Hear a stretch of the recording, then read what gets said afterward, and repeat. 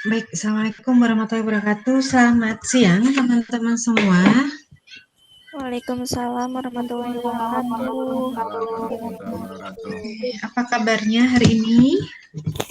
Alhamdulillah baik, Bu. Waalaikumsalam warahmatullahi wabarakatuh. Oke, akhirnya kalian akan menghadapi ujian ya. Satu hal yang berat mungkin di kalian ini, kenapa saya bilang berat? Karena dibedakan ya antara kalian dengan yang dalam jabatan. Kalau yang dalam jabatan, Bapak dan Ibu guru pesertanya itu UKIM dulu baru UP. Kalau kalian harus lulus UP dulu baru boleh UKIM gitu ya. Jadi itu yang kami rasa agak was-was juga ya, tapi mudah-mudahan teman-teman sudah mempersiapkannya. Sudah download kisi-kisinya teman-teman semuanya? Belum? Kah? Atau sudah? Sudah tahu belum kisi-kisinya?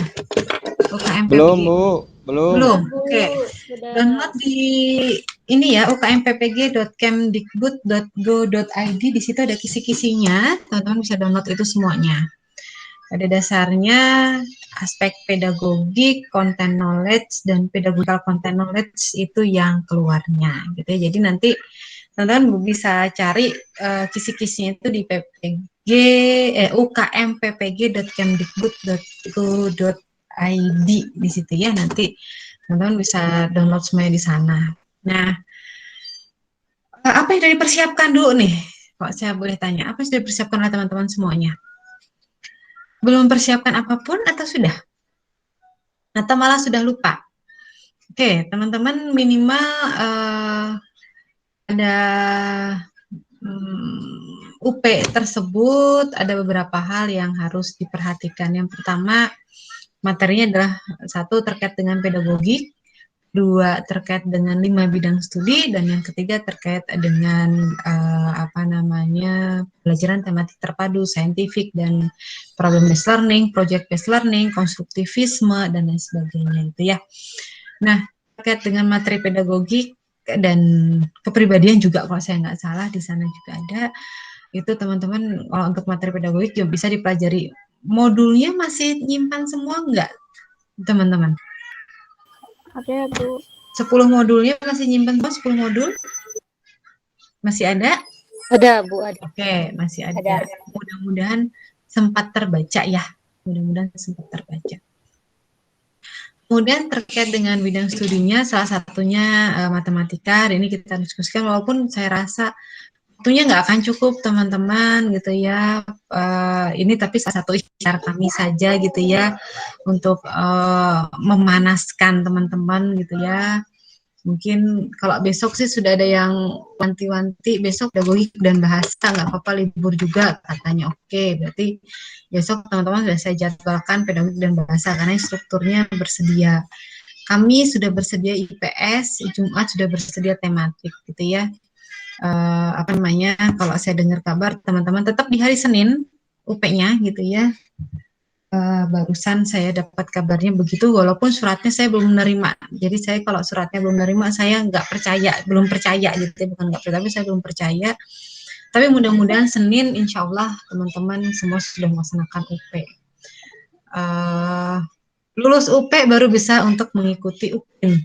Panjang ya perjuangannya ya, tapi mudah-mudahan nanti teman-teman semua lulus sehingga bisa kami jadwalkan untuk mengikuti UKIM gitu ya. Oke, buat sesi hari ini saya akan ngobrol terkait dengan matematika, teman-teman. Jadi nanti di hari-hari selanjutnya, mungkin di minggu ini agak digeder ya teman-teman untuk mengikuti pemantapan karena hari Jumat malam saya dengar UP-nya diundur, tapi pagi ini kok lagi UP-nya dilaksanakan dari rumah masing-masing karena istilahnya katanya UP berbasis domisili. Termasuk yang prajabatan, meskipun sudah kami asumsikan bahwa prajabatan sedikit kok, nggak banyak, jadi harusnya bisa di LPTK, tapi jawabannya adalah tidak, tetap tidak bisa, harus UP berbasis domisili, walaupun kita nggak tahu ya, ini PPKM ini dilanjutkan atau tidak, tapi ya sudah. Nanti akan ada waro-waronya apa saja teman-teman install gitu ya, karena tidak langsung kemudian tolong pastikan jaringan dan sebagainya itu dipastikan. Kemudian tempat yang kondusif, teman-teman, 3 jam tidak boleh ada yang lalu lalang di sekitar teman-teman, gitu ya.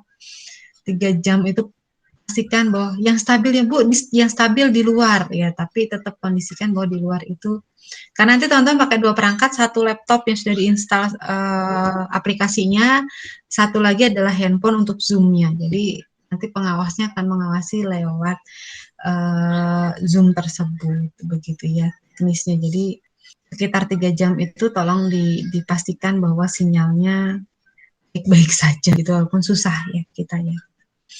Baik, saya langsung masuk saja teman-teman biar lebih efektif waktunya.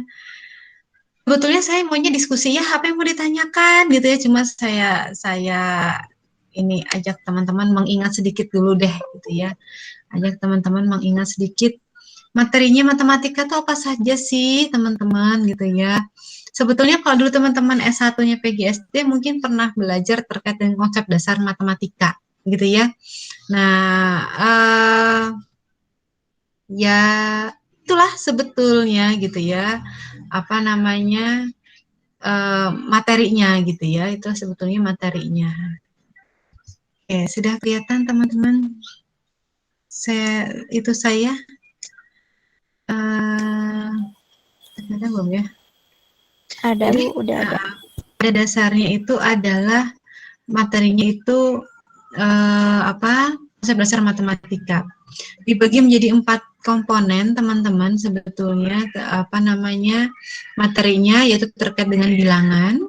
Kemudian saya rasa nggak terlalu banyak masalah di bilangan, mudah-mudahan tidak terlalu banyak masalah di bilangan. Kemudian geometri gitu ya. Bentar, saya nggak nyala lagi. Kemudian geometri, dan selanjutnya ada statistika dan peluang gitu ya, statistika dan peluang. Yang selanjutnya itu adalah terkait dengan Kapita Selekta. Nah, mungkin yang agak berat, mungkin ya ini ya yang saya duga gitu ya di teman-teman peserta PPG itu yang agak berat itu di bagian yang akhir itu di Kapita Selekta gitu ya. Nah, jadi tadi yang pertama itu ada bilangan gitu ya, ada tentang bilangan. Kemudian ada geometri, di sini kalau kita ngomong matematika. Kemudian ada statistika dan peluang gitu. Yang terakhir itu adalah tentang Kapita Selekta. Nah, ini yang agak mungkin perlu belajar dan latihan yang lebih banyak. Nah, selain terkait dengan konten ini, kalau geometri yang pasti yang pertama, ya kalau teman-teman harus hafal rumusnya dulu. Kalau rumusnya nggak hafal, susah kalau geometri gitu ya, kita nggak bisa memprediksi dan lain sebagainya.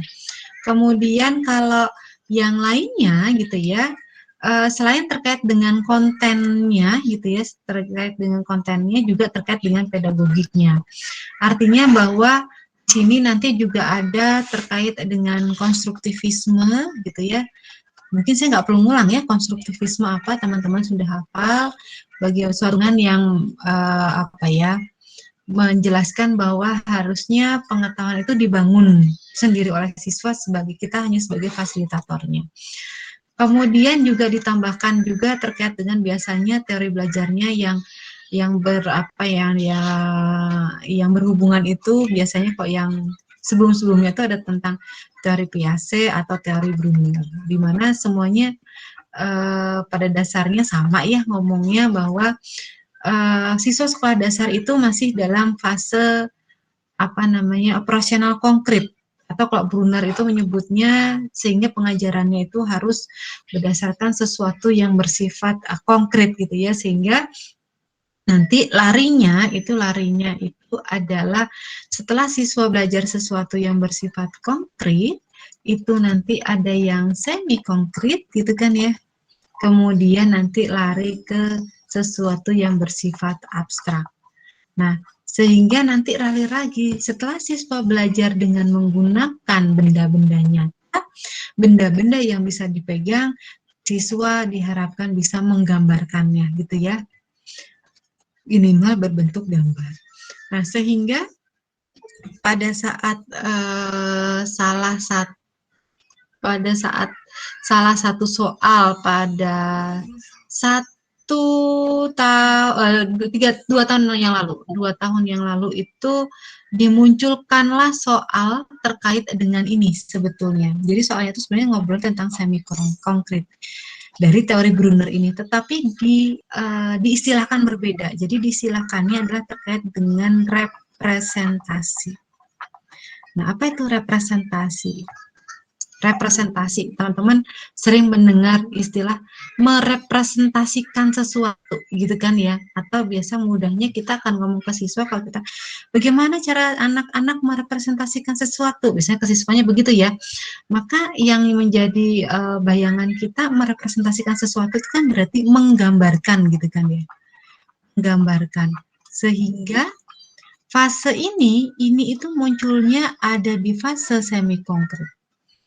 Nah, pada saat itu soalnya sederhana teman-teman, cuma begini saja. Di antara pembelajaran berikut ini, gambaran pembelajaran berikut ini, manakah pembelajaran yang menggunakan representasi piktoral gitu. Hanya seperti itu saja soalnya.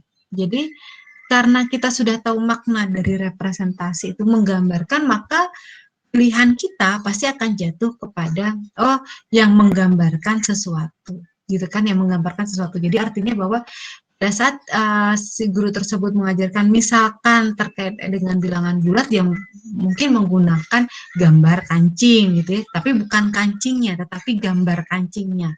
Jadi kata kuncinya ada di sini, ada di istilah gambar. Jadi sebetulnya pada poin matematika ini 15 soal ya, saya kalau nggak salah itu, kalau saya nggak salah ingat setiap mapel itu 15 soal. Ya kita ngomongnya tuh soalnya terkait dengan bilangan, geometri, statistika, kapita selekta, kemudian terkait dengan pandangan teori belajarnya begitu ya, dan juga bagaimana mengajarkannya gitu. Nah, saya tidak terlalu bahas tentang konstruktivisme karena teman-teman juga sudah pasti mengingatnya. Kemudian teori belajar Piaget yang menyatakan bahwa siswa sekolah dasar itu masih dalam fase berpikir konkret, kemudian juga terkait dengan teori Brunner yang tadi pada dasarnya teori Brunner itu menyatakan bahwa pembelajaran itu harusnya dari perjenjang gitu ya, artinya step by step dari sesuatu yang bersifat konkret, kemudian lari ke semi konkret, dan kemudian baru lari ke abstraknya. Nah, selanjutnya saya lanjutkan dulu lagi terkait dengan satu materi bilangan, teman-teman. Nah, di materi bilangan itu teman-teman sebetulnya ada materi apa saja? Ya semua materi bilangan yang teman-teman mungkin ajarkan di sekolah dasar, mulai dari bilangan bulat, kemudian sampai kepada KPK, FPB, tapi di sini masuk perbandingan, gitu ya. Saya nggak akan menjelaskan bilangan itu apa dan sebagainya itu apa, karena nggak akan ada di soal apa yang dimaksud dengan bilangan dan lain sebagainya. Tapi saya langsung masuk saja ke contoh soalnya yang pernah keluar dari tahun sebelumnya. Itu ya teman-teman ya, saya buka file. Nah, ini adalah, sudah kelihatan belum file Word saya teman-teman? Sudah. Udah, oke. Ini dulu saya pernah men-share ke teman-teman gitu ya, link Google Drive isinya kumpulan soal. Mudah-mudahan sudah pernah dilihat, mudah-mudahan sudah pernah disentuh. Jadi pada sesi pemantapan ini saya cuma ingin, karena waktunya nggak akan cukup ya saya bahas semuanya teman-teman. Mudah-mudahan teman-teman sudah pernah membacanya, pernah melatihkan soal-soalnya. Nah, di sini soal terkait dengan bilangan seperti ini teman-teman. Jadi pada dasarnya soalnya itu ya tentang bilangan bulat, tentang KPK FPB, kemudian tentang perbandingan, kemudian jarak waktu dan kecepatan. Jarak waktu jadi 3 ya, jarak waktu 4 yang paling sering muncul itu.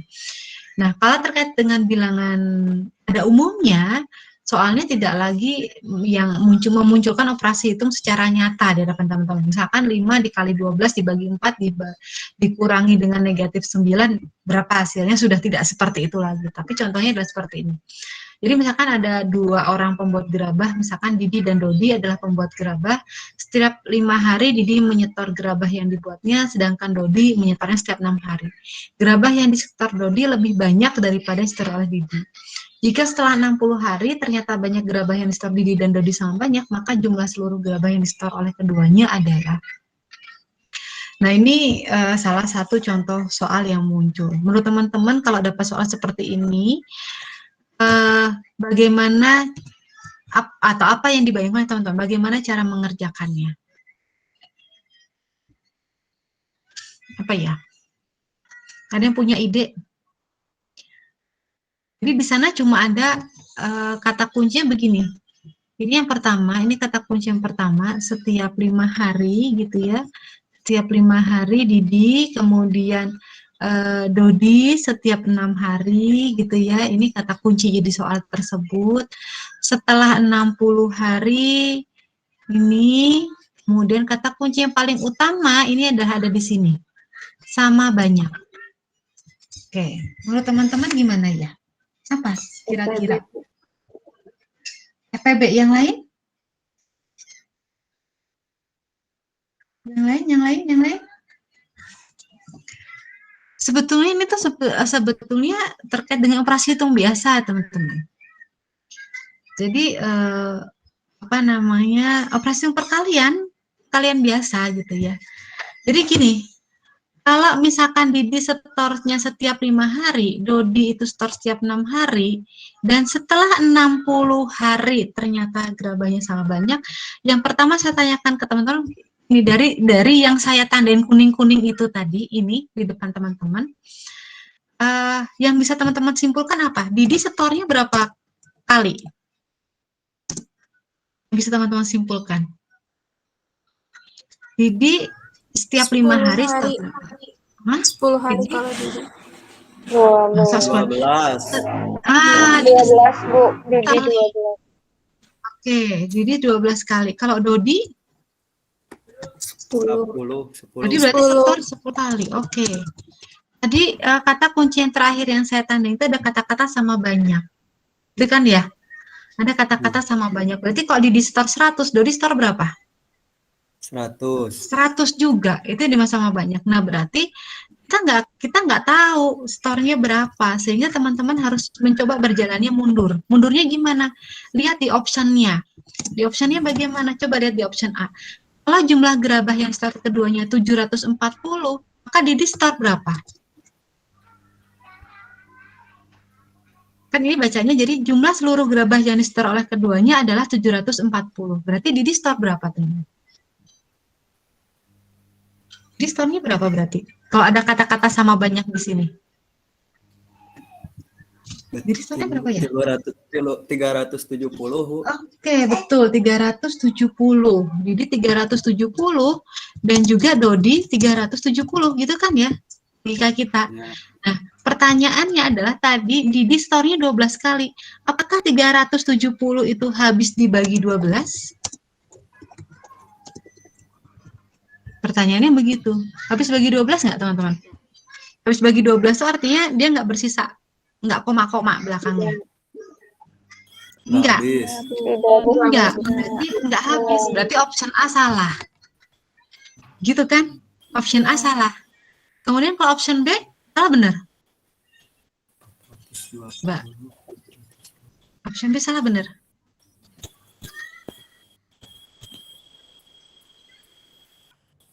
Salah benar ya? 840 berarti Didi berapa? Salah ya, Bu. Berarti 425. berapa? 840 berarti di sini Didi berapa? 420. 420. Oke. 420 habis dibagi 12 enggak? Habis. Habis. 420 Ya. habis dibagi 12 enggak? Sorry, 420 habis dibagi 12 habis. Bisa, Bu. Oke. Bisa. Terus habis dibagi 10 pasti ya, habis dibagi 10 ya. Ya. Berarti jawabannya itu di sana kalau keduanya habis dibagi oleh si banyak setornya mereka, maka itulah jawabannya. Nah, ini gambaran soalnya, teman-teman. Jadi, sesi pertama ini saya mau ngaji kalian gambaran soalnya begini. Kadang kita harus melakukan sisi trial and error, gitu ya. Jadi coba-coba, kita sebenarnya coba-coba harus bagaimana, harus seperti apa, dan seterusnya.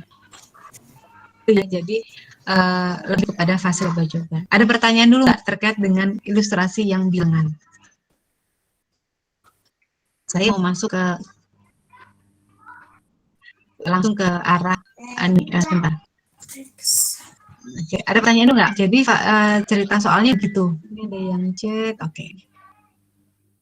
Nah, kemudian saya mau masuk ke saya nggak bahas KPKFB.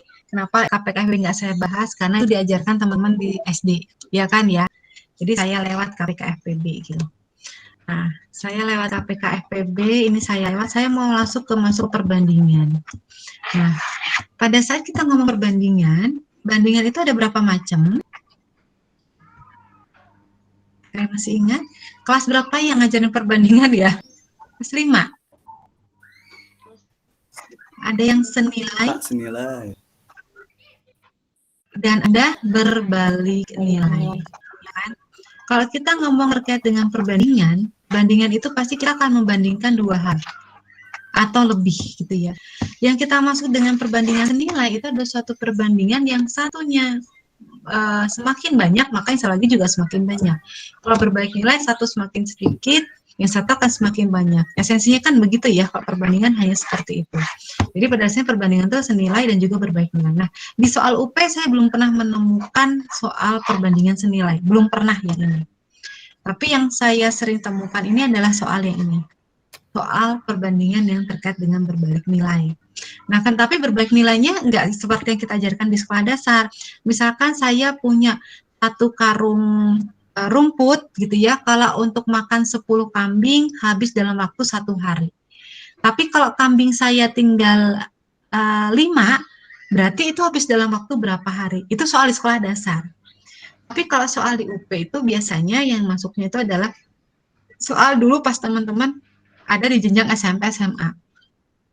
Misalkan saja ada suatu pekerjaan harus selesai dalam waktu 100 hari, diselesaikan oleh sekian orang, kemudian setelah berapa hari, sekian orang sakit, kemudian agar selesai tepat waktunya, itu diselesaikan oleh berapa orang. Nah, itu yang biasanya muncul, teman-teman, di soal terkait dengan perbandingan. Gitu, walaupun kita nggak tahu ya, untuk yang nanti teman-teman hadapi seperti apa, karena timnya sudah berbeda pula orangnya, gitu ya. Nah, jadi seperti apa contoh soalnya? Saya ambil contoh soal yang ini. Nomor 9, mudah-mudahan sudah terlihat. Pembangunan suatu stadion dapat diselesaikan oleh 25 orang selama 100 hari. Setelah dikerjakan selama 40 hari, ternyata 5 orang pekerja sakit selama 10 hari. Agar pembangunan stadion tersebut dapat diselesaikan tepat waktu, banyak peserta yang ditambah adalah berapa orang. Nah, dulu teman-teman kalau mengerjakannya tadi mungkin menggunakan perbandingan. Jadi sekian hari per berapa dan sebagainya. Nah, sekarang saya coba bukan mengenalkan cara baru, tidak, tetap lebih kepada pada saat teman-teman lupa terhadap rumusnya itu seperti apa, maka harus langsung bisa refleks berganti kepada cara yang lain. Nah, soal terkait perbandingan nomor 9 ini mau saya selesaikan dengan konteks gitu ya, dengan konteks itu beban kerja. Saya ngomongnya beban kerja. Kenapa? Karena saya akan menggunakan operasi hitung perkalian saja, gitu ya, operasi hitung perkalian. Gitu. Nah, apakah bisa kita coba? Jadi yang pertama itu ideal. Saya ngomongnya di sini ada versi ideal. Idealnya bahwa stadion itu akan dikerjakan oleh 25 orang selama 100 hari. Maka saya akan bisa menyatakan bahwa beban kerja total gitu ya, beban kerja totalnya saya kalikan saja 25 dikali dengan 100 atau 2.500. Itu idealnya, ada 2.500 beban kerja harus diselesaikan. Nah, ternyata setelah dikerjakan selama 40 hari, berarti kalau teman-teman baca soalnya seperti itu, setelah dikerjakan selama 40 hari, yang kerja berapa orang itu berarti? Ada bahasa setelah dikerjakan selama 40 hari. Berarti yang kerja berapa orang? Tetap 25. Tetap berapa? 25. Oke, tetap 25. 25 orang itu selama 40 hari gitu kan ya. Berarti beban kerjanya berapa? Beban kerjanya itu ya 25 dikali dengan 40. Ternyata baru 1.000 yang dikerjain. Gitu kan ya.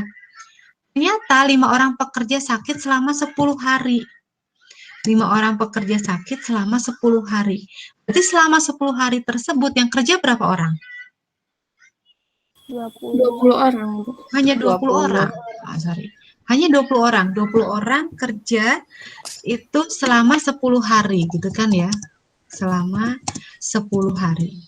Selama 10 hari. Artinya beban kerjanya dia hanya mampu 10 hari itu hanya 200 gitu kan ya. Atau kalau saya tulis 20 kali 10 itu sama dengan 200. Nah, berarti di 50 hari, betul kan ya? Ini 50 hari ya? Ya. Berarti selama 50 hari ini beban kerjanya berapa? 1.200. 1.200. Berarti sisanya berapa yang mau dikerjain?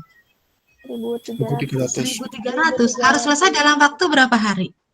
50 hari. Selama 50 hari. Berarti buat teman-teman 1.300 selama 50 hari butuh berapa orang? Nah, ini ada operasi pembagian di sana. Tapi kebalikannya saja, ya butuh 1.300 dibagi dengan 50. Berapa jawabannya? 1.300 bagi 50 berapa? 26. Ini estimasi 26. 26 orang. Nah, kalau sudah ada 25 orang, berarti tambahannya berapa? 1. Satu orang. Itu gambaran terkait dengan bilangan, teman-teman. Terkait dengan bilangan. Nah, jadi gambarannya seperti ini. Jadi boleh nggak Bu kalau kita ngerjainnya dengan cara perbandingan? Silakan, boleh-boleh saja gitu ya. Tapi ini saya coba mengenalkan dengan cara yang berbeda. Karena kalau perbandingan teman-teman kalau buka-buka SMP, SMA di sana ada semua, gitu ya. Gitu terkait dengan solusi-solusinya gitu. Nah, oke, sampai sini ada mau ditanyakan dulu nggak? Saya admit teman-teman. Ada mau ditanyakan dulu nggak? Ini. Jadi ini perbandingan. Atau ini bilangan gitu ya. Nah, masuk ke geometri teman-teman, masuk ke kalau bilangan nggak ada yang tanyakan, saya mau masuk ke geometri ya. Masuk ke geometri itu ya tentang bangun datar, tentang bangun ruang, tentang kesebangunan, juga tentang kekongruenan. Yang terakhir debit. Kalau debit saya nggak khawatir. Kenapa nggak khawatir? Di kelas 5 SD ada.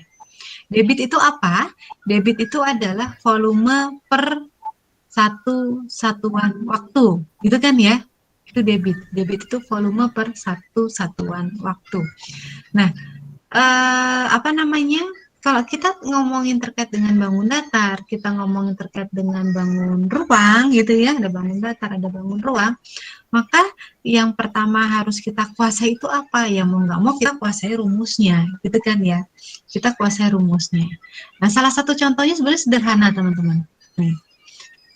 Sudah kelihatan ya soal nomor 8 ya? Ini salah satu soal terkait dengan bangun datar. Kalau saya nanya ke teman-teman, luas segitiga apa ya? Ada yang masih ingat?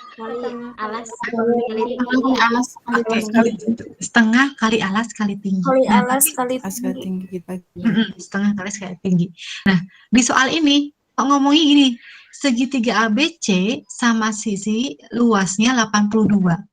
B titik tengah AC, F titik tengah DC, E titik tengah AB, D titik tengah EC. Berapa luas segitiga BDE? Nah, kira-kira apa yang teman-teman lakukan? Kira-kira apa yang teman-teman akan lakukan? Saya pindah ke sini karena pentab saya nggak berfungsi di Word. Saya punya ide bagaimana cara mengerjakannya? Salah. Yang punya ide bagaimana cara mengerjakannya? Ada yang punya ide? Kalau saya tanya, adakah teman-teman membaca ada alas dan tingginya di sana? Tidak ada. Tidak ada. Tidak ada. Yang ada juga cuma Tapi luasnya aja. Ada cuma luasnya aja. Tapi ada kata kunci yang paling utama di sana. Apa kata kunci utamanya? Ya, sama sisi. Oke, betul. Sama sisi. Betul, Neng. Sama sisi itu kata kunci utama kita itu adalah ini. Sama sisi. Nah, kalau kita punya sama sisi, teman-teman di segitiga itu ada yang namanya, kalau saya punya sebuah segitiga, di sebuah segitiga itu ada yang namanya garis tinggi, Nggak tahu masih ingat nggak ya? Ada namanya garis bagi, ini pelajaran SMP SMA dan juga garis berat. Apa itu garis tinggi? Nah, saya punya sebuah segitiga, saya gambarkan lagi di sini. Yang namanya garis tinggi itu adalah garis yang memotong tegak lurus di depannya. Suka kita sebut dengan istilah hanya tinggi. Nah, tinggi itu sebetulnya adalah garis tinggi. Jadi garis yang menghubungkan salah satu titik sudut dengan sisi di depannya dengan tegak lurus. Kalau garis bagi itu apa? Kalau garis bagi itu adalah suatu garis yang membagi dua buah sudut sama besar. Itu garis bagi. Ini ya, dua buah sudut sama besar. Kalau garis berat itu apa? Garis berat itu adalah suatu garis yang membagi sebuah sisi di depannya itu sama panjang. Nih, ini jadi garis berat namanya. Ini garis berat, ya. Nah, pada segitiga sama sisi, garis tinggi, garis bagi, dan sama berat, itu satu. Jadi garis tingginya berfungsi sebagai garis bagi dan juga berfungsi sebagai garis berat. Sehingga kalau saya gambarkan segitiga ABC ini ada segitiga ABC yang luasnya tadi katanya 82, kemudian ada D itu di tengah-tengahnya si AC, ini D. Kemudian maka kemudian ada lagi F titik tengah DC, ini si F. Nah, ini si F. Kemudian ada lagi E, ini tengah-tengahnya AB. Coba saya gambarkan begitu. G tengah-tengahnya, sorry itu salah itu kayaknya. Ini bukan ini bukan EC ya, ini EA kalau saya nggak salah di soalnya itu. Ini EA, berapakah BDE? Bentar. Iya. Oke, berapakah BDE? Nah, yang pertama, teman-teman, yang pertama itu adalah kalau segitiga ABC-nya itu adalah 82, ya, ABC-nya itu adalah 82, maka kalau saya tanya berapa luas ABD? Berapa luas ABD berarti ya? Kalau luas ABC 82, ABD berapa? Nah, tadi ingat lagi. Setengah dari 82 ya, Bu? Betul, 41 setengahnya. Kenapa? Karena tadi dia adalah garis tinggi sama dengan garis bagi sama dengan garis berat. Gitu ya.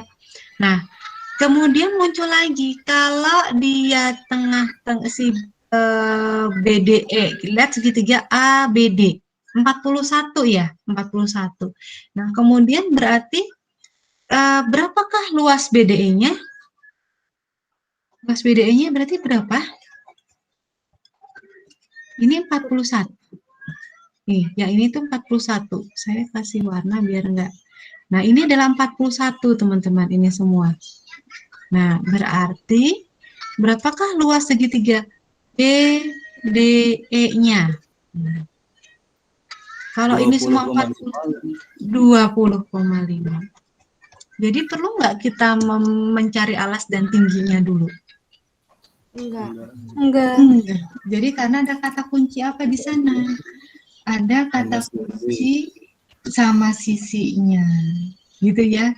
Ada kata kunci sama sisi itu. Nah, jadi satu tadi memang harus hafal rumus, kedua kita tahu tentang beberapa konsep yang lainnya. Itu contohnya terkait dengan segitiga sama sisi. Biasanya kalau yang bangun datar itu munculnya itu ya di segitiga gitu ya, atau di jajar genjang. Misalkan saja begini, kalau saya punya sebuah jajar genjang, ini jajar genjang, anggap ini jajar genjang ya, ini jajar genjang. Ini luasnya berapa ya? Ini luasnya berapa jajar genjangnya, teman-teman? Luasnya berapa ini ya? Ini bisa ngitung luasnya nggak? Kalau saya begini gambarnya mungkin lebih mudah kali ya.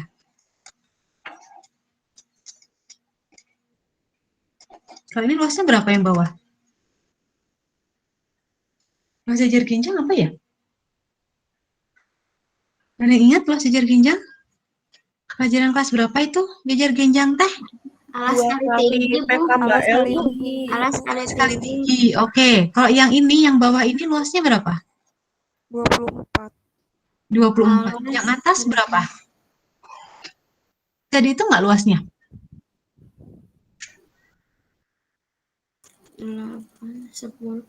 Harus nyari dulu itu, Bu, Pitagoras, rumus Pitagoras ya? Enggak. Jadi yang lain? Coba. Apa sih definisi alas, teman-teman? Definisi alas itu apa ya? Alas adalah, ada yang bisa cerita ke saya, alas adalah, Pak, teman-teman ngajar, Bawahnya, hmm, dasarnya itu alas itu apa? bagian bawahnya, di bawah bangun datar gitu mah deh. Iya.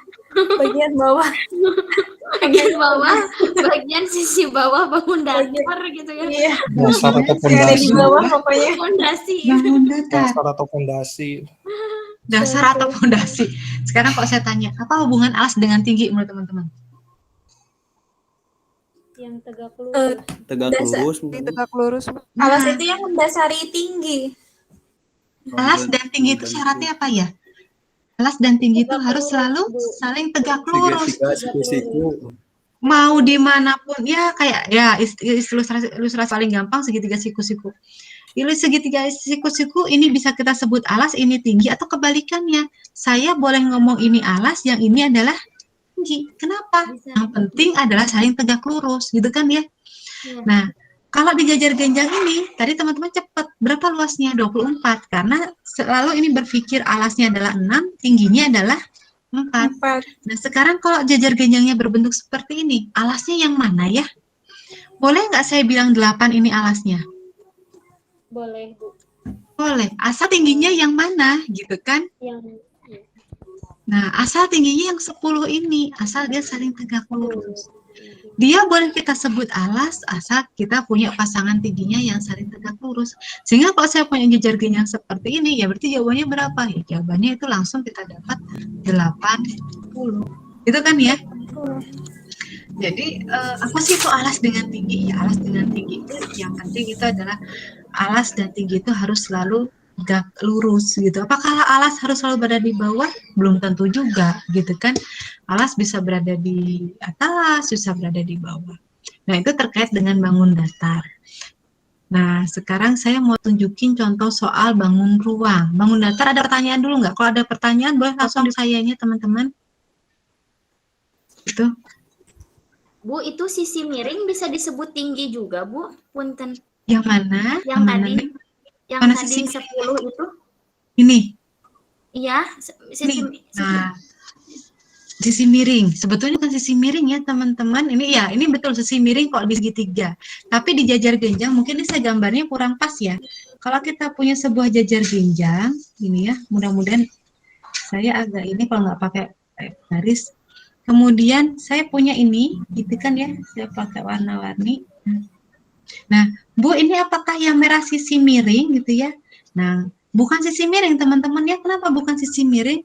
Karena si segitiga ini bukan segitiga siku. Ya kan ya? Apa sih yang membedakan jajar genjang dengan persegi panjang? Kalau persegi panjang itu semua sisinya itu semua sudutnya itu pasti besarnya 90 derajat. Gitu kan ya? Yang membedakannya begitu. Kalau si jajar genjang, sudut yang berhadapannya itu sama besar. Tuh, perbedaannya mereka. Sehingga kalau saya begini, itu menjadi sisi miring dia. Kenapa? Karena segitiga ini adalah segitiga siku-siku. Tapi di jajar genjang, sudutnya lebih. Kebetulan yang pas ini yang saya gambar, sudutnya lebih dari 90 derajat. Kenapa bisa disebut tinggi, Bu? Karena dia tegak lurus dengan sisi alasnya ini tadi. Sehingga yang 8 ini saya jadikan alas, maka pasangannya 10 itu adalah tingginya. Sama halnya kalau ada yang pernah ngajar segitiga kumpul, teman-teman? Ini pelajaran kelas berapa ya yang begini? Kelas 6, Bu. Kelas Kelas 6, oke. 5 Kelas 5, oke. Kalau ini 4, ini 3, ini 2, luasnya berapa ini, teman-teman? Luas segitiga ini. Luasnya berapa? Yuk, cepet yuk. Ayo Ayo berapa yuk? 6. 10. Luasnya 6. 6. 6 dapat dari mana, Bu? Ya 4 kali 3 bagi 2. Bagi 2. Alas kali tinggi bagi 2. Mana alas segitiga ini? Alas segitiga 3. ini 3. Tinggi segitiga ini mana? Dari Yang atas 4. ini sampai ke bawah 4. Tuh, Bu, itu kan dari yang 3 tambah 2. Tuh, ini dia kalau 3 ini kita perpanjang ke sana dan juga ke sana, maka 4 itu tegak lurus dengan 3. Sehingga langsung saja luasnya adalah alas kali tinggi bagi 2. Gitu ya. Itu kalau yang segitiga tumpul. Sorry, segitiga tumpul. Nah, saya nggak perlu ngingetin Pitagoras segala macam ya. Saya nggak perlu ngingetin Pitagoras dan segala macamnya. Nah, baik. Saya mau lanjut ke bangun ruang. Bangun ruang, teman-teman, berarti apa yang dipelajari di sana? Yang dipelajari itu ada kubus, balok, tabung, prisma, limas, gitu ya, kerucut. Kalau saya tanya ke teman-teman, balok dengan prisma sama nggak? Beda. Sama Bu. Sama. Balok dengan prisma sama nggak? Sama, Bu. Sama. Balok dengan prisma sama. Beda prisma. Balok kubus itu ya prisma. Prisma yang bagaimana? Kubus itu adalah prisma yang sangat istimewa. Kenapa istimewa? Karena kubus itu merupakan sebuah prisma yang semua rusuknya sama panjang. Gitu ya, semua rusuknya sama panjang. Kalau balok itu seperti apa? Balok itu adalah sebuah prisma yang alasnya berbentuk apa? Segi panjang. Gitu kan. Sekarang kalau tabung itu prisma bukan? Bukan. Prisma. Iya, prisma, Bu. Tabung itu prisma. Oke, tabung itu prisma bukan? Prisma. Kenapa tabung itu prisma? Karena tabung itu sifat sama kayak prisma ya. Memiliki, kalau dalam konteks sekolah dasar ya, kita ngomong prisma. Tabung itu adalah bangun ruang yang memiliki 2 buah sisi yang kongruen. Tabung punya berapa sisi? Tabung punya berapa sisi? Hah? Tabung punya berapa sisi? Tabung. Bayangin tabung. Selimut 1, Bu. 2. 2. 3, Bu. 3. Ada tabung Alas, tutup, dan selimut. Alas, tutup, dan selimut. Kemudian punya berapa rusuk? 2. 2, Bu. 2. 2. Si rusuknya tuh yang mana? Selimut. Yang alas sama atas itu.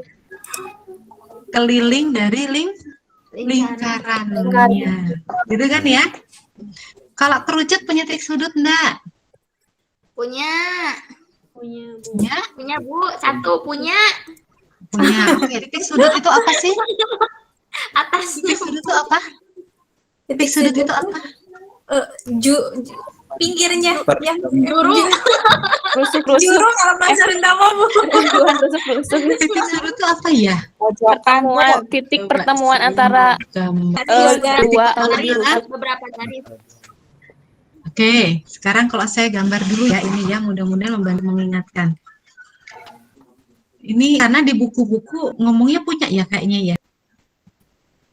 Oke, ini yang saya gambar, saya lari dulu kubus ya teman-teman ya. Saya nggak usah ngomongin mana rusuk, mana sisi, dan mana titik sudut. Tadi saya nanya ke teman-teman, tabung punya berapa sisi? 3. Yang mana? Atas, bawah, dan juga selimut. Betul ya? Kemudian punya berapa rusuk? 2 katanya, rusuknya 2. Yang mana? Rusuk itu apa? Kalau saya lari ke sini, teman-teman, yang rusuk itu yang mana sih? Contohnya. Oke, rusuk itu kan contohnya AB, betul? AB, iya. Nah, Ya, rusuk itu apa? ya, Bu. Ini rusuk itu AB. Rusuk itu apa? Oh, ternyata rusuk Pertemuan. itu perpotongan dari 2 buah sisi. Gitu ya, perpotongan 2 sisi. Rusuk AB perpotongan dari siapa? ABFE dengan ABCD. Betul ya? ABFE yang depan dengan ABCD yang alas bawah, sehingga dia berpotongan di satu sisi rusuk tersebut. Nah, jadi ini rusuk 2 dapat dari mana? Oh, sisi alas dan sisi selimut berpotongan di sini nih, Bu. Nih, ini berpotongannya.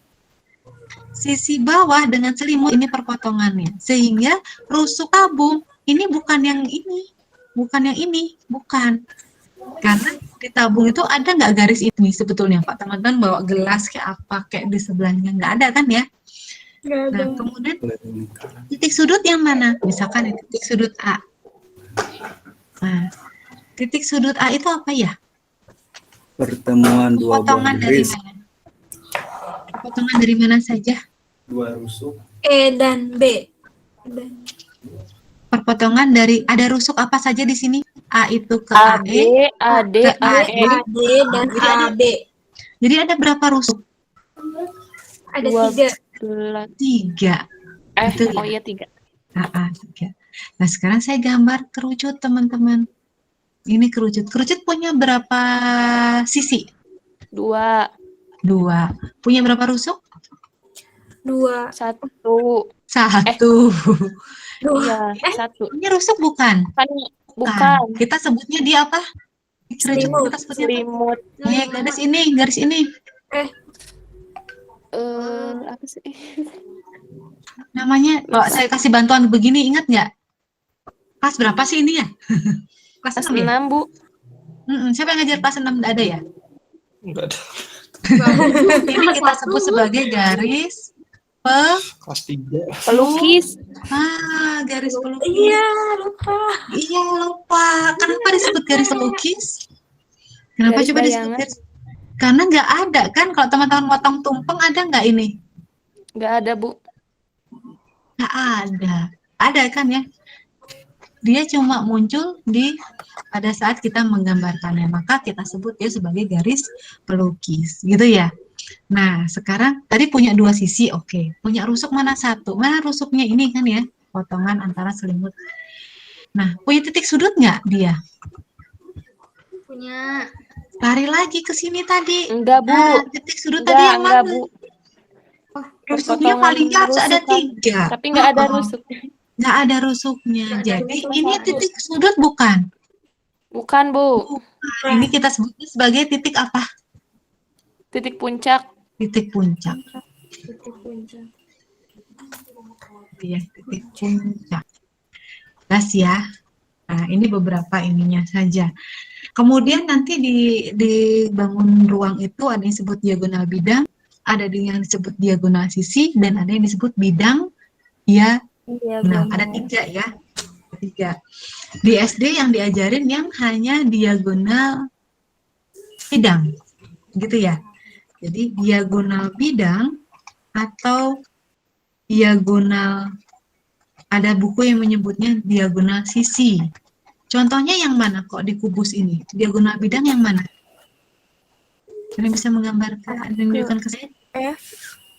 A ke F. AF. Oke, contohnya AF. AF, AP, AH, dan sebagainya ya. Ada yang disebut dengan diagonal ruang. Yang mana diagonal ruang? AG. AG. Yang menghubungkan 2 buah sudut yang saling berseberangan. Jadi di sini pojok bawah dengan yang pojok atas. Pojok bawah depan dengan pojok atas belakang. Itu kita sebut diagonal ruang. Ada satu lagi kita sebut sebagai bidang diagonal. Beda lagi ya. Kalau bidang diagonal apa bedanya diagonal bidang dengan bidang diagonal? Kalau diagonal bidang itu diagonal yang ada pada bidang tersebut. Misalkan AF itu adalah diagonal bidang pada bidang A, B, F, E. Sehingga diagonal bidang itu diagonal yang ada pada bidang tersebut. Tapi kalau bidang diagonal itu adalah irisan pada suatu bidang bangun ruang yang sebetulnya dia adalah gabungan dari 2 buah diagonal bidang yang sejajar. Nih, saya kasih contoh. ABGH ini adalah sebuah bidang diagonal. Kenapa? Ini kita dapatkan dari 2 buah diagonal bidang yang sejajar. Gitu ya. Itu bedanya diagonal bidang, diagonal luang, dan bidang diagonal. Pernah keluar Bu? Nggak pernah sih soal beginian, tapi nggak tahu juga di yang tahun ini, gitu ya. Tadi sekali lagi yang bikin soalnya tahun ini berbeda, gitu ya, ini berbeda. Nah, saya ambil salah satu contohnya teman-teman. Nih, contohnya tuh begini. Mudah-mudahan kebayang ya. Kalau nggak kebayang, tolong digambarkan. Sebuah kubus padat terbuat dari kayu, panjang rusuknya 9. Potong salah satu pojoknya menurut diagonal sisinya. Nah, loh, gimana potongnya? Volume kubus yang tidak terpotong adalah, coba gambarkan dulu. Jadi nanti teman-teman satu soal itu kan nggak lebih dari 5 menit ngerjainnya. Itu ya, jadi harus bisa memprediksi saya harus melakukan langkah apa. Saya pindahkan ke sini biar saya enak gambarnya. Oke, nah sekarang coba teman-teman gambarkan. Maksudnya seperti apa? Maksud gambarnya seperti apa? Kalau saya gambarkan begini ya. Ada sebuah kubus. Saya gambarkan dulu kubus. Saya gambar agak gede agar nanti enak kelihatan potongannya yang mana. Ini kubusnya.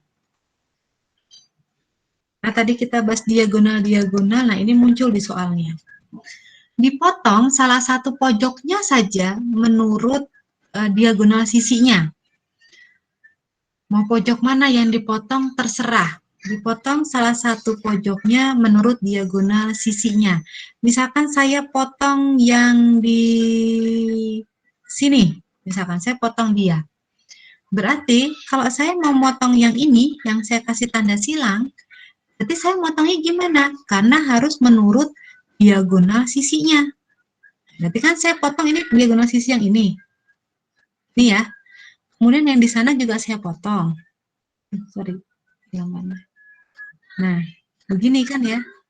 Nah, potongannya menurut teman-teman itu menjadi bangun apa? A, B, C, D, E, F, G, H. Saya pindahkan ya potongannya ya. Ini adalah garis AB. Ini adalah garis AE. Ini kan ini AE ya. Kemudian ini ada EB. Kemudian nanti ada ED di situ. Dan juga di sini nanti, oh sorry, saya kurang panjang. Bentar, saya hapus dulu. Ya, saya hapus dulu ya.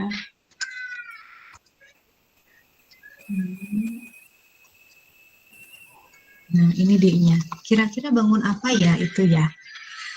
Atau kalau Bu susah lagi bayanginnya, oke, saya putar dari atas. Ini A-nya di atas, ini B-nya, ini E-nya gitu ya. B-nya ke sini, nanti di sini ada D. Jadi apa yang dibangunnya? Limas. Limas apa? Limas segitiga. Siku. Gitu kan ya? 5 segitiga siku-siku. Nah, berarti yang ditanya volume kubus yang tidak terpotong. Berarti harus cari apa dulu itu? Cari volume si limasnya.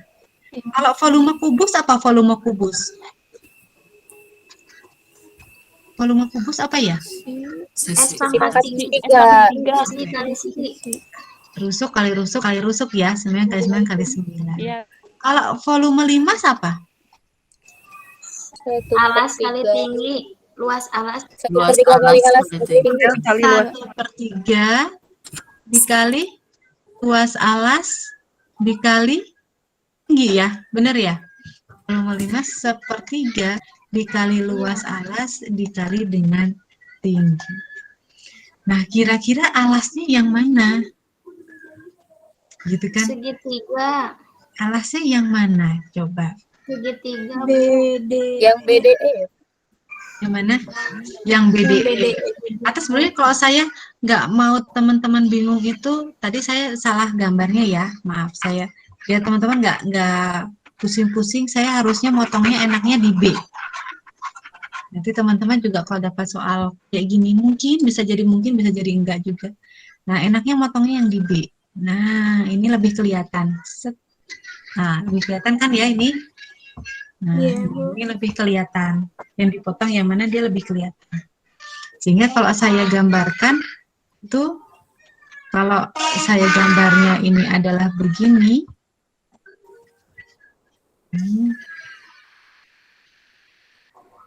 Nah, alasnya yang mana ya? Kalau bingung lagi saya puterin lagi deh nanti. Jadinya kan begini. Jadi biar enak teman-teman lihatnya.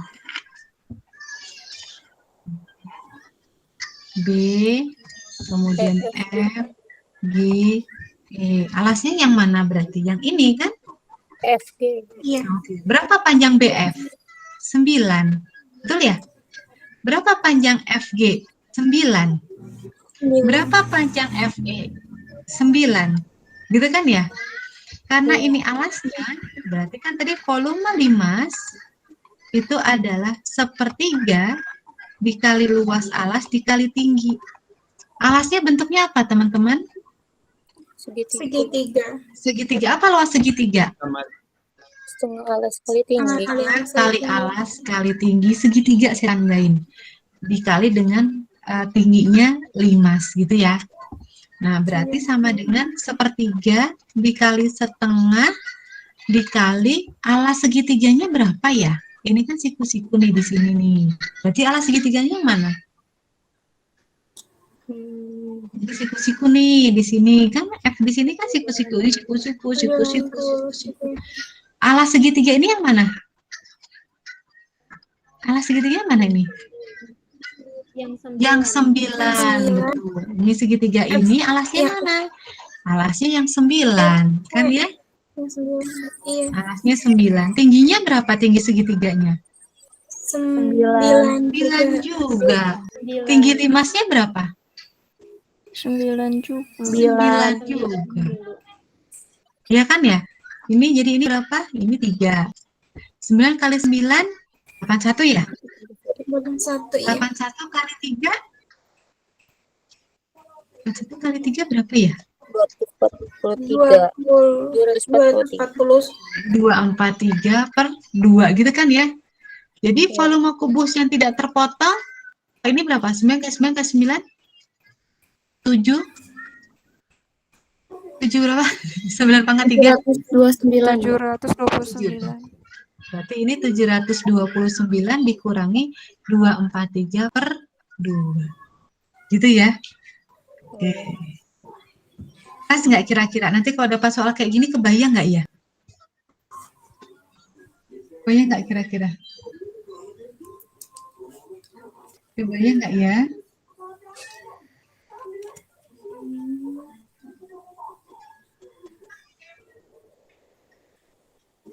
Ada yang mau ditanyakan dulu?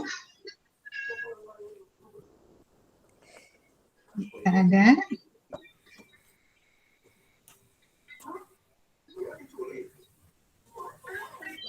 Oke, nggak ada? Jelas ya? Oke.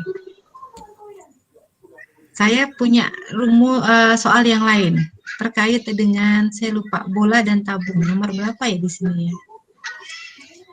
Oke, ini sudah pernah baca semua ininya nggak, teman-teman? Soalnya pernah dikerjain belum? Belum ya? Belum. Oke, sekarang coba kalau yang nomor 11 jawabannya berapa ya? Nomor 11. 90.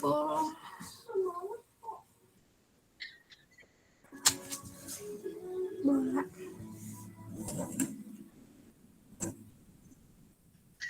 Belum dikerjain? Belum. Oke. Nah, coba ada yang mau ngerjain nomor 11? Gimana caranya?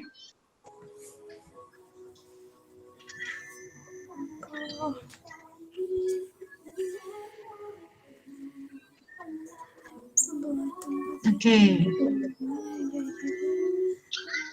Ada yang bisa nomor 11? Lebih mudah loh ini dibandingkan yang lainnya.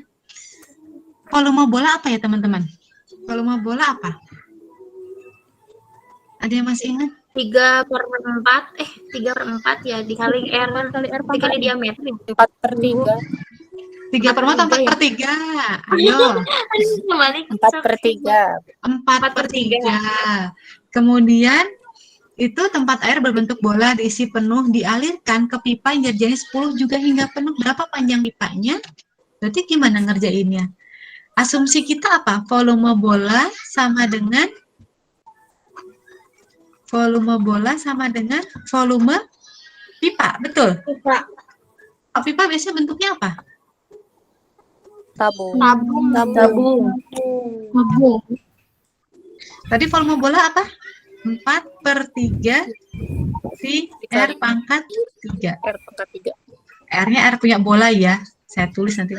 Kalau volume tabung V R kuadrat T. Gitu ya. R-nya punyanya tabung. Ini V-nya saya abaikan. Betul ya, boleh ya. Jadi tinggal 4/3 kali R-nya berapa? R-nya bola 90 kali 90 kali 90 sama dengan R-nya R kuadrat. R-nya punya tabung berarti 10 dikali 10 dikali dengan tinggi. Tinggi di sini dalam konteks panjangnya pipa. Betul ya? Iya. Ini nolnya saya abaikan lagi. Nolnya ini sama saya dibagi jadi tinggal 3 gitu kan? Jadi tingginya sama dengan 4 kali 90 kali 9 dikali dengan 3. 120. Berapa itu jawabannya? Nggak tahu saya. Jawabannya berapa kira-kira itu? Nanti teman-teman tinggal hitung sendiri. Lebih mudah ya kalau yang ini ya. Oke, lebih mudah. Nah, ada pertanyaan dulu teman-teman? Sampai sini.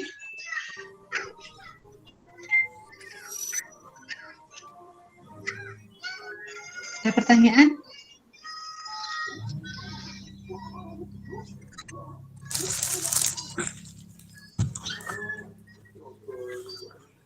Nggak ada. Kalau nggak ada yang masih ingat tentang kesebangunan dan kekongruenan?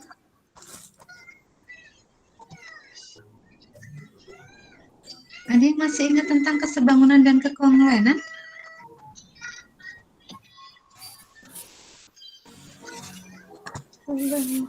Ada yang masih ingat materi SMP teman-teman? Ada yang masih ingat? Lupa, Bu. lupa. Ada yang punya adiknya SMP SMA nggak? Nggak ada. Nah, oke. Kalau sekarang lagi di dalam ruangan semuanya ini? Ada di dalam ruangan? Iya. Iya, Bu. Nginjek bin nggak? Nginjek ubin nggak? Injak, Bu. Injak, Bu. Nginjek ubin. Ya. Ubin itu bentuknya sama persis? Betul. Persis nggak? Sama Iya, persis. Sama persis. Oke. Sekarang di rumahnya ada figura sama foto? Ada. Ada. Biasanya ini yang pada umumnya ya, mungkin figura zaman dulu. Figura sama foto ukurannya sama nggak? Beda. Bu. Beda yang figura. Tapi bentuknya sama nggak biasanya? Sama. Yang zaman dulu loh, Sama. yang kolot ya. Sama. Oke, jadi tadi ada dua hal, ada yang sama persis, ada yang tidak. Nah, itu hubungannya dengan kesebangunan dengan kekongruenan.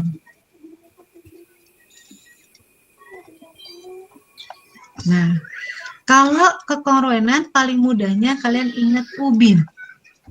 2 ubin.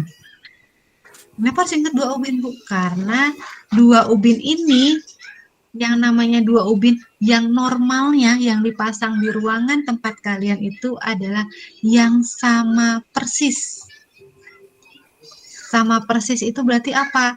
Bentuknya sama, Panjangnya sama. panjangnya atau ukurannya pun juga harus sama. Itu yang kita sebut dengan kekongruenan. Nah, kalau kesebangunan itu yang bagaimana? Tadi contohnya foto dengan figura misalkan. Itu sama nggak bentuknya? Bentuknya memang harus sama. Bentuknya sama. Tapi ukurannya sama nggak? Enggak. Ukurannya berbeda. Tapi ada yang harus sama. Apa yang harus sama? Perbandingan sisi yang bersesuaian itu harus sama. Perbandingan sisi yang bersesuaian harus sama.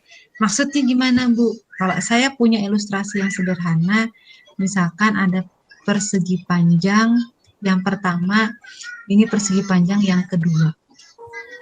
Yang pertama, ini ukurannya 2 dengan 7, yang ini misalkan 4 dengan 5.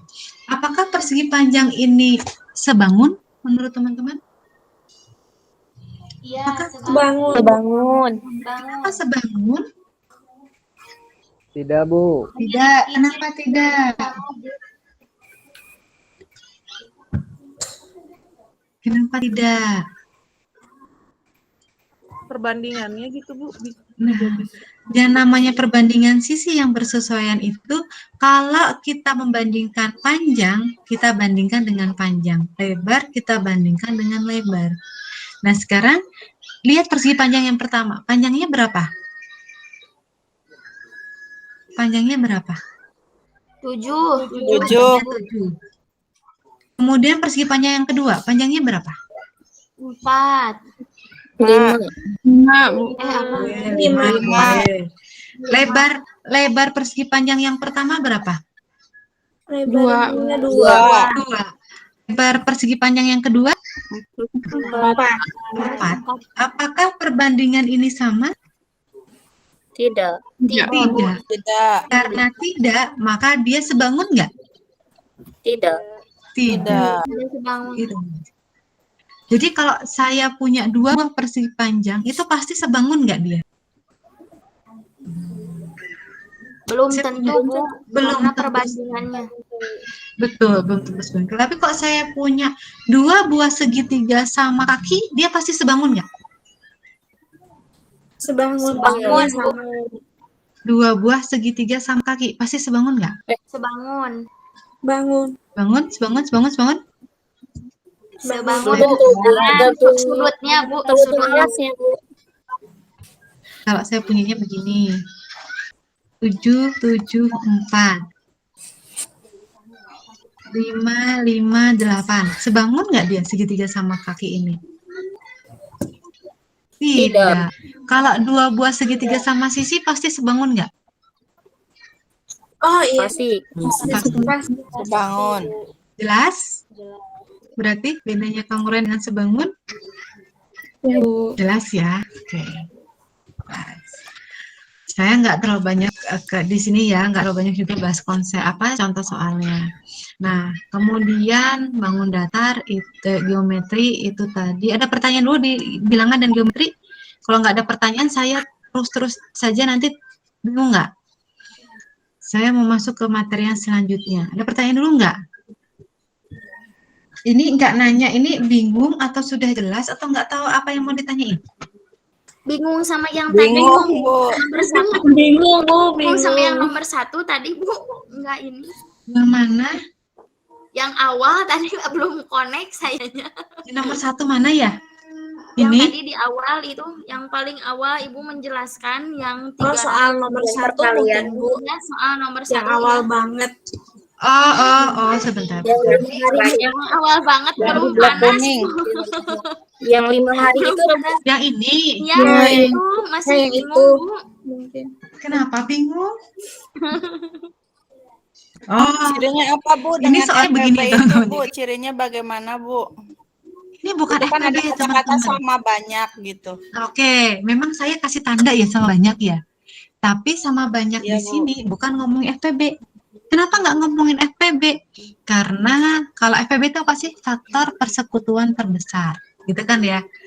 Kalau faktor persekutuan terbesar, misalkan saya punya 2 buah bilangan 24 dengan 18 gitu ya, 24 dengan 18, maka apa namanya faktor persekutuan terbesarnya berapa? Akankah itu semakin besar bilangan atau semakin kecil? Pasti semakin kecil karena dia faktor pembagi. Nah, dalam konteks soal ini dia nggak ngomong tentang pembagi, nggak ngomong tentang faktor gitu ya. Tapi di soal ini itu sebetulnya soal yang mengacaukan konsep kita karena ada sama banyak itu tadi. Pada dasarnya sebetulnya soal ini hanya ngomongin tentang perkalian dan juga mungkin ada sedikit pembagiannya. Nah, jadi kenapa saya kuningin sama banyak? Karena sama banyak ini nanti ngaruhnya ke pilihan jawaban kita, gitu ya. Ngaruhnya ke pilihan jawaban kita. Nanti saya berikan versi yang ini versi soal A-nya, nanti ada soal B-nya. Ada 6 versi sebetulnya soalnya, teman-teman ya. Ada 6 versi soal. Nah, versi yang pertama itu dia ngomongin Didi dan Dodi adalah pembuat gerabah. Tapi buat gerabahnya mungkin di beda tempat. Didi buat gerabah tapi baru store itu setiap 5 hari. Jadi dia nggak setiap hari store. Tapi dia kumpulin 5 hari baru store. 5 hari baru store. Nah, Dodi pun sama, tapi nggak 5 hari. Jadi dia store-nya 6 hari. 6 hari baru store, 6 hari baru store, 6 hari baru store. Nah, ternyata gerabah yang di store Dodi itu lebih banyak daripada di store oleh Didi. Kenapa lebih banyak ya? Karena nanti store-nya setiap 6 hari. Nah, setelah dihitung, kalau setiap 60 hari, itu banyak gerabah yang mereka store itu ternyata sama banyaknya. Jadi misalkan setelah 60 hari Didi store 100, maka setelah 60 hari pun Dodi itu store-nya juga 100. Gitu. Nah, yang ditanya, berapa jumlah gerabah yang store oleh keduanya? Jadi, kebayang dulu nggak maksud soalnya dulu ini? Mungkin saya kacaukan dengan tanda ini ya. Maksud saya ini saya tandain kuning ini adalah dari soal sepanjang ini itu sebetulnya hanya ada 4 kata kunci, teman-teman. Kata kunci pertama itu adalah setiap 5 hari si Didi store, kemudian setiap 6 hari Dodi store, kemudian kata kunci yang ketiga, setelah 60 hari, kata kunci yang keempat itu adalah sama banyak. Apa saya tandain begini? Pada dasarnya soal cerita pada matematika itu biarpun dia panjang tapi dia pasti punya kata kunci utama, gitu ya. Nah, sehingga ini enggak tentang FPB, karena teman-teman tadi sudah baca ada kata-kata sama banyak, langsung FPB, itu kan ya. Sama halnya mungkin nanti pada saat lihat sebuah soal ada kata-kata kapan mereka bertemu kembali, langsung on-nya itu ini pasti KPK, gitu kan ya, gitu. Nah, tapi ini bukan FPB, sekali lagi ini bukan FPB. Kenapa? Karena ini 5 hari ditumpuk, dia akan semakin banyaknya berapa. Kalau FPB itu adalah pembagi, dia nggak akan mungkin ngomong tentang sama banyak. Jadi ini pada dasarnya itu adalah terkait dengan operasi hitung yang biasa kita lakukan, gitu ya. Jadi yang pertama, buang dulu kalau sama banyak itu selalu FPB, gitu ya. Itu yang pertama harus disepakati, gitu ya. Tapi mudah-mudahan tersepakati. Nah, bingungnya ada di mana ini? Bingungnya ada di mana nih yang bingung? Bingungnya ada di mana tadi yang nanya? Itu 710 itu jadi 370 berapa itu teh? Jadi 370 teh gimana, Bu? Nah, Oke, jadi tadi kan saya alur berpikirnya gini teman-teman. Tadi saya abaikan dulu kata kunci yang keempat. Saya coba ngobrol 3 kata kunci yang pertama. Setiap 5 hari Didi store gerabah. Jika setelah 60 hari, maka Didi store gerabahnya sebanyak berapa kali? Kalau dia store-nya 5 hari sekali dan setelah 60 hari, maka tadi dijawab oleh temannya, Didi itu store-nya 12 kali sampai ke 60 hari. Betul ya? Nah, kemudian si Dodi store-nya 6 hari. Nah, setelah 60 hari, dia store-nya sebanyak berapa kali? Oh, 10 kali ternyata. Sampai sini jelas ya? Sampai dapat yang ini? Iya, Bu. Ya. Nah, jelas. Ya. Oke. Nah, ternyata saya masuk ke kata kunci yang keempat. Ternyata banyak gerabah yang di store Didi dan Dodi sama banyak. Maka jumlah seluruh gerabah yang di store adalah, karena kita nggak tahu berapa yang di store, maka kita harus punya strategi lain, yaitu balik. Jangan cari harus seperti apa, tapi lihat option jawabannya. Misalkan option jawabannya yang pertama 740, maka saya akan bacanya gini, jumlah seluruh gerabah yang di store keduanya adalah 740. Karena sama banyak, maka si Didi store-nya berapa? Ternyata 370. Kebayang dapat dari mana 370-nya, Neng? Belum, Bu, belum. Gimana, Bu? Dibagi, belum, Bu, dibagi 2. Kebayang. Iya, karena kan ada kata-kata apa nih? Didi dan Dodi sama banyak. Berarti dibagi 2 ya, Bu? Dibagi 2 pasti. Jadi kalau jumlah seluruh gerabah yang di store-nya 740, maka Dedi pasti 370 dan Dodi juga pasti 370. Nah, bagaimana kita ngecek benar atau salahnya? Ya karena tadi yang satu store-nya 12, yang satu store-nya 10, apakah 370 itu habis dibagi 12? Gitu. Nah, kalau iya, berarti kita harus cek satu lagi. Tapi kalau salah, langsung lewat. Kenapa Bu harus habis dibagi 12? Kalau gerabah itu, kalau kita store ke pengepul, atau kita kalau beli gerabah, itu utuh satu kan hitungnya.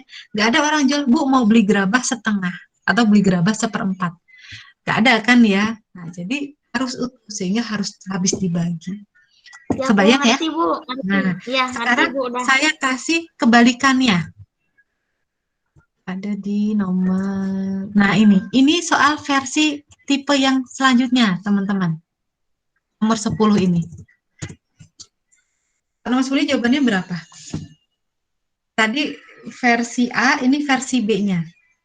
Itu jawabannya Bu, berapa? tulisannya kecil, Bu. Bisa diperbesar, Bu. Tulisannya kecil. Iya, sama kecil. Nggak tahu di teman-teman. Nah, sekarang kelihatan, Bu. Oke. Ini jawabannya berapa? Ini versi B-nya ini. Yuk. Yang bukan, Bu.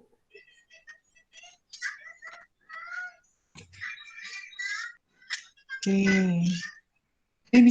Bisa jelasin ke saya gimana ya caranya ya? Apa ada yang dapat jawabannya, teman-teman? Ada nggak? Ada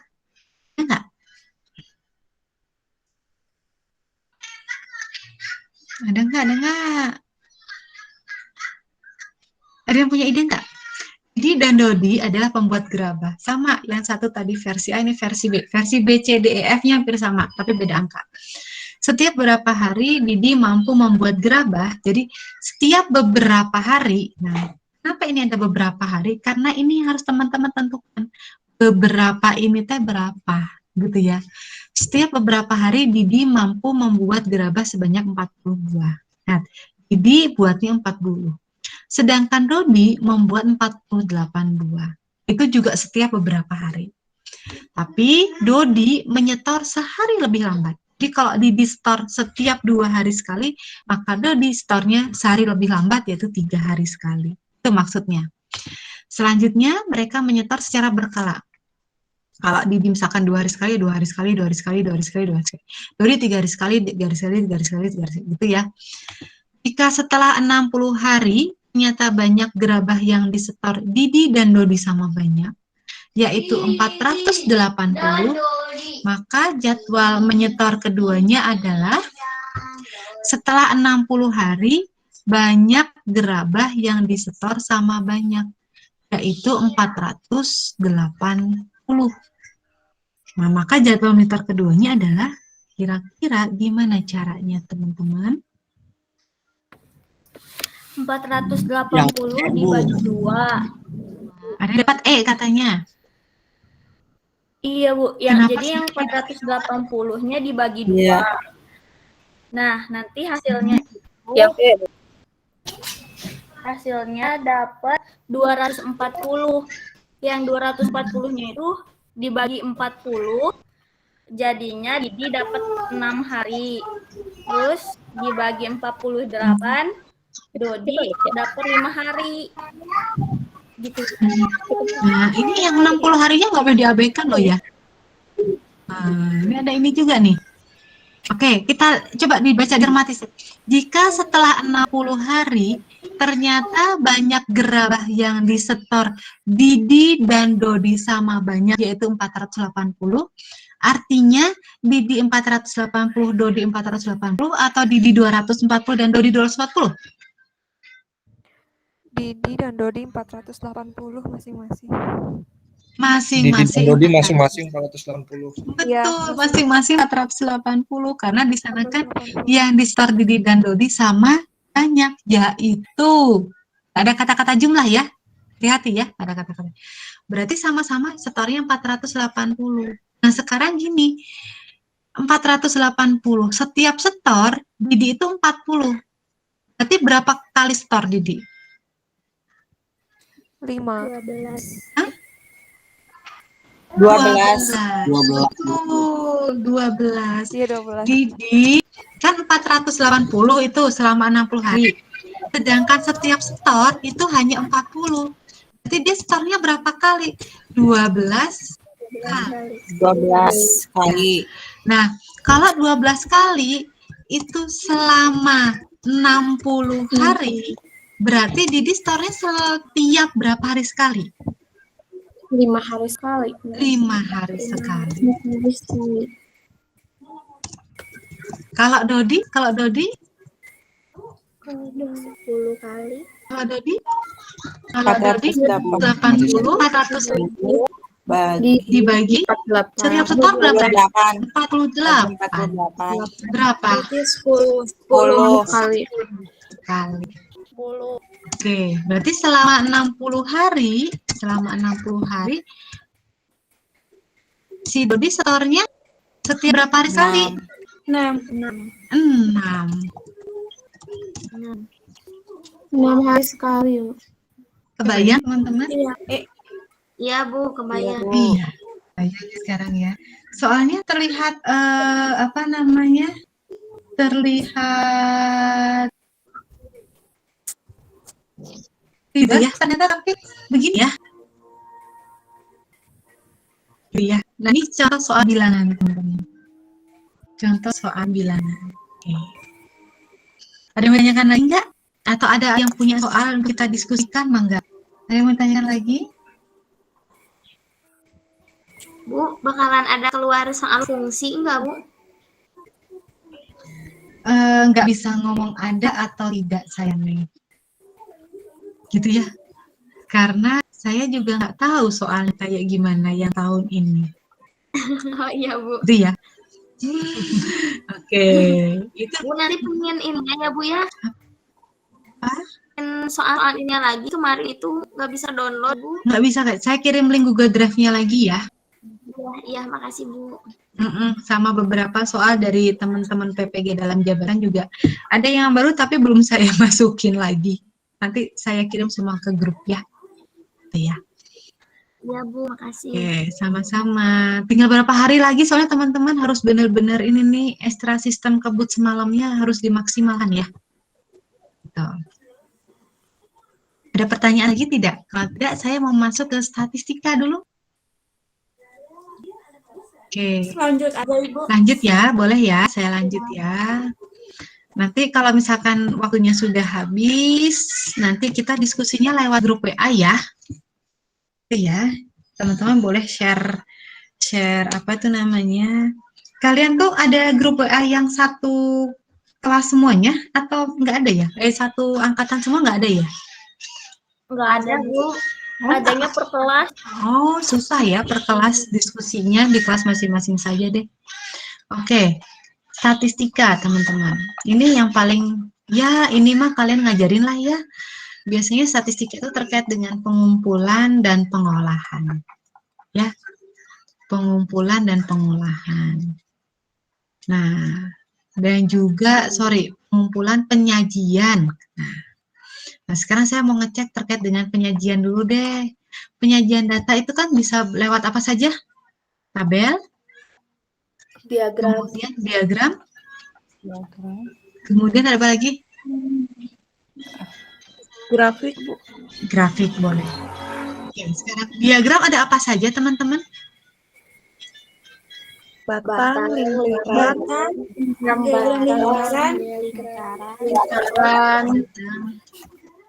lingkaran, kemudian Garis. dah itu dulu ya. garis. Oke, diagram garis. Oke, boleh diagram garis. Nah, masing-masing ini memiliki fungsi yang berbeda-beda tidak sih? Atau boleh kita gunakan bebas, saya punya data terserah mau pakai apapun? Atau ada aturannya? Kapan saya harus menggunakan diagram batang? Kapan saya harus menggunakan diagram lingkaran? Dan kapan saya harus menggunakan diagram garis? Ada. Kalau jumlahnya banyak, mungkin menggunakan diagram lingkaran lebih efektif gitu, Bu. Oke, yang lain teman-teman? Teman-teman pernah ini enggak? Pernah melihat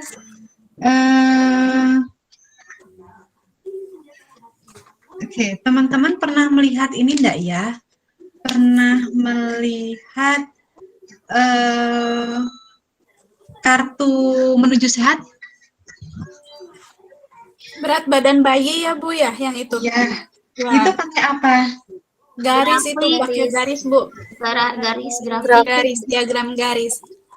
Diagram garis. Oke, kenapa harus pakai diagram garis ya? Kenaikan penurunan. Agar terlihat Soalnya terkadang ada Kelihatan, Bu. penurunan dan ada peningkatan. Ada penurunan dan ada Peningkatan. Jadi biar lebih Peningkatan. kelihatan. ada turunnya. penurunan dan ada peningkatan berat badan. Boleh nggak kita pakai diagram lingkaran? Bisa Bu, tapi Bisa, sulit tapi terbacanya nanti. Untuk menggambarkannya susah. Untuk menggambarkannya susah. Misalkan saja saya punya menggambarkan berat badan seorang bayi A dari bulan pertama, bulan kedua, bulan ketiga, bulan keempat. Kenapa harus pakai diagram garis ya? Soalnya belum ini Bu, belum pasti peningkatannya. Biar gampang menentukan rupanya, Bu. Oke, biar gampang menentukan apanya. Sebetulnya ada batasan ya teman-teman. Kenapa menggunakan diagram garis, gitu ya? Kenapa menggunakan diagram garis? Yang pertama, kalau diagram garis itu kita gunakan untuk apa? Kan kalau berat badan bayi itu mungkin begini ya, gitu ya. Karena kita ingin melihat perkembangannya. Jadi kita nggak boleh berat badan bayi menggunakan diagram lingkaran. Kenapa? Karena kita ingin melihat perkembangannya. Kalau diagram lingkaran itu gimana? Ini untuk kan di sini biasanya ada persen, ada sudut, iya, gitu kan ya? Ada persen, ada sudut kan ya? Nah, Iya, betul Bu. ini untuk menggambarkan apa? Untuk menggambarkan proporsi, teman-teman. Ini untuk menggambarkan proporsi atau perbandingannya. Bisa nggak kita lihat ini dari diagram batang? Nggak bisa. Kenapa? Karena diagram batang itu hanya menunjukkan berapa banyak dari setiap data per kelompoknya, tanpa melihat bagaimana perkembangannya. Itu ya. Jadi masing-masing diagram ini memiliki fungsi yang berbeda. Jelas ya? Jelas nggak teman-teman? Iya Bu. Jelas, Bu. Oke, jelas. Jadi batang, lingkaran, dan juga garis ini berbeda-beda gitu ya. Nah, kemudian terkait dengan pengolahan data. Terkait dengan pengolahan data ada media rata-rata dan ada ya. Sudah sering lah ya median gitu ya, median, modus dan juga min. Ini kan ya, median, modus dan juga min. Nah, ini apa? Ini nilai tengah. Ini apa? Ini adalah yang sering muncul. Yang sering keluar. Ini apa? Ini Rata-rata. rata. Nah, gitu ya. Nah, yang ini jarang sekali muncul teman-teman. Jarang sekali muncul di UKIN, di UP gitu ya. Nah, contohnya bagaimana? Saya kecilin dulu ya sebentar. Saya cari soalnya dulu. Bagaimana cara menghitung rata-rata teman-teman? Bagaimana cara menghitung rata-rata? Banyak jumlah data dibagi Seluruh banyaknya data dibagi banyak data. Oke. Nah, nomor 32 ini, sorry. Nomor 32 ini, jawabannya berapa?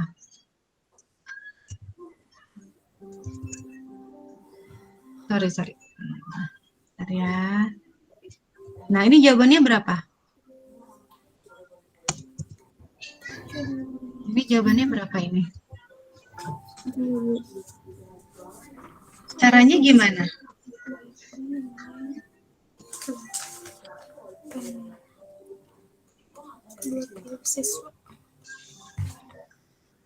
Caranya gimana? Itu Bu maksudnya apa? Dan rata-rata nilai 8 adalah 8. Maksudnya gimana Bu? Rata-rata nilai 12 siswa adalah 7 dan rata-rata nilai 8 siswa adalah 8. Rata-rata Oh iya Bu. tersebut adalah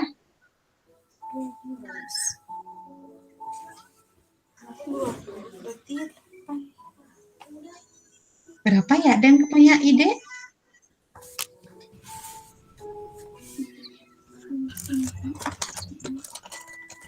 Bingung, Bu. Masa ini soal SD? 75 bukan, Bu?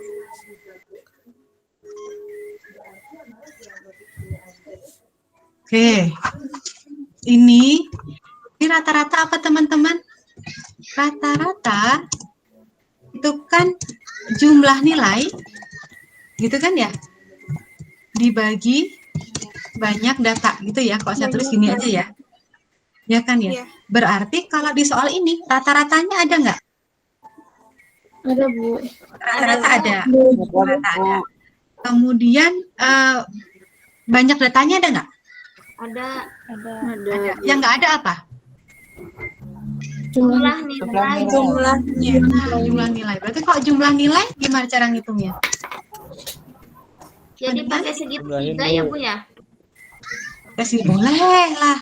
Jumlah nilai sama dengan rata-rata dikali dengan Dibagi Banyak dengan data. banyak data. dikali dengan banyak data. Berarti yang pertama dulu, kalau rata-rata nilai 12 siswa ada 7, berarti jumlah nilainya berapa yang pertama? Jumlah nilai yang pertama adalah 12 dikali dengan 7, kan gitu ya? 80. Sama dengan berapa? 84. Jumlah nilai yang kedua berapa? Yang kedua 8 dikali 8, berapa? 64. Jawabannya C, Bu.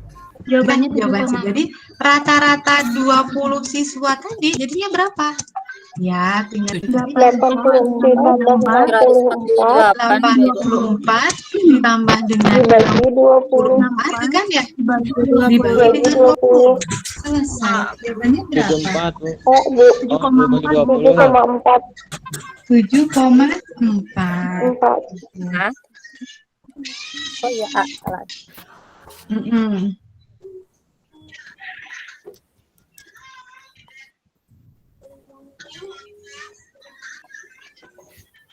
Oke, ada pertanyaan dulu? Sudah Bu, paham. Oke. Nah, saya lupa tadi yang ini. Ini sederhana teman-teman, tapi banyak yang salah. Nomor 33 ini coba jawabannya berapa?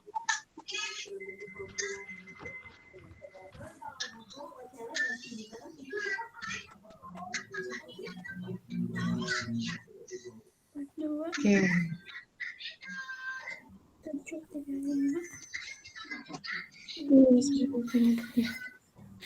Masih lama gitu ya. Coba gimana teman-teman? Ini sederhana tapi kemarin banyak yang salah.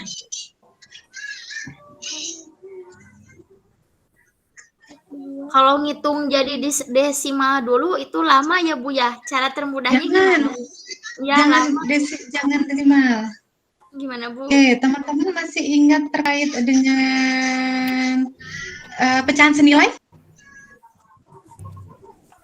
Iya Bu.